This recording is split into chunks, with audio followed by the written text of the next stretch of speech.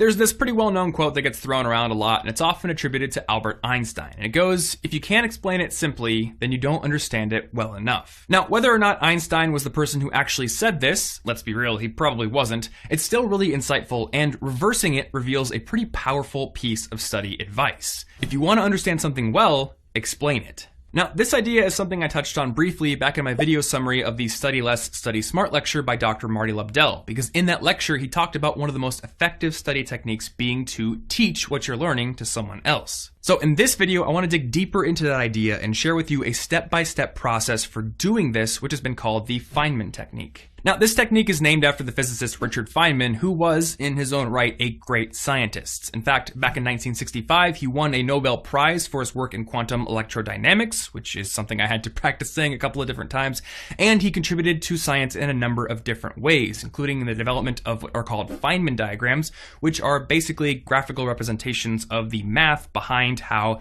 subatomic particles work. But in addition to being a great scientist, he was also a great teacher and a great explainer, and in fact, one of his nicknames was the Great Explainer, because he was able to boil down incredibly complex concepts and put them in simple language that other people could understand. And that's why he's one of those great scientists who is also known as a very good teacher. And in fact, even in his own learning, Feynman was famous for tirelessly working through equations until the concept he was wrangling with was intuitively easy to understand in his mind. So that's why this technique is named after him, but you don't have to be a physicist or you don't have to be working on math or science problems to use this technique, because explaining a concept works to improve your understanding of that concept in basically any area, be it history or be it math or be it web development, doesn't matter.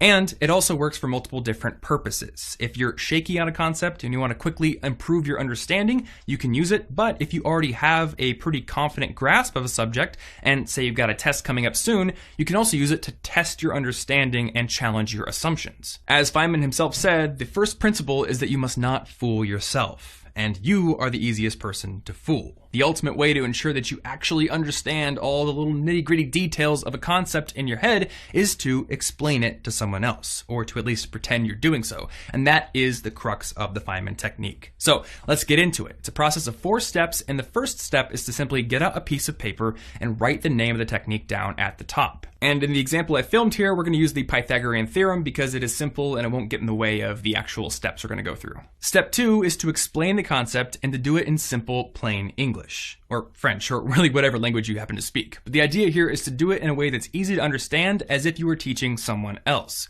And don't just settle with defining the concept either. Also work through examples and make sure that you're able to use the concept in practice as well. For step 3, identify any of the areas that you're shaky on after your explanation, or identify areas that you got stuck on which halted your explanation, and go back to the source material or go back to your notes or work through examples until your understanding of these sub areas is just as solid as all the other areas. And finally, step 4 is to look at your explanation and try to identify any areas where you've resorted to using technical terms or convoluted language, and then challenge yourself to break down those terms and explain them in simplified, easy to understand words. Remember, the key here is simplicity. The act of explaining a topic as if you were teaching it to somebody who didn't have the same base assumptions and base knowledge that you have is the ultimate test of your own knowledge in that subject. And that's pretty much it. That's all there is to the Feynman technique. Now, using this technique is incredibly helpful because it, number 1, helps you to quickly overview the concept and see where your knowledge is solid, but number 2, it helps you to instantly pinpoint the areas where you're shaky and where you need to do extra work.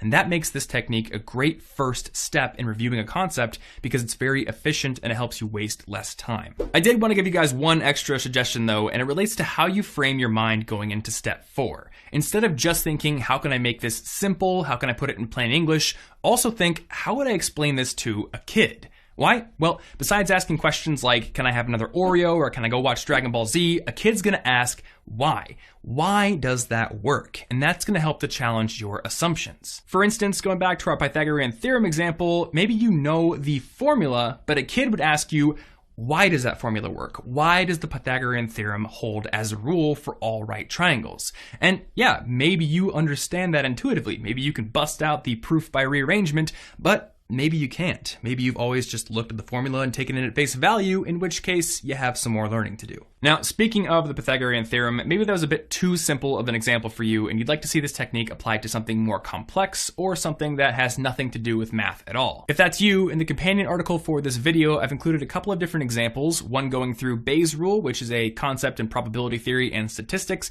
and one going over the CSS box model, which is related to web development and not related to math at all, that you can check out. So if you want to see those, you can click the card on screen right now to get over to the article, or you can find the link down in the description below.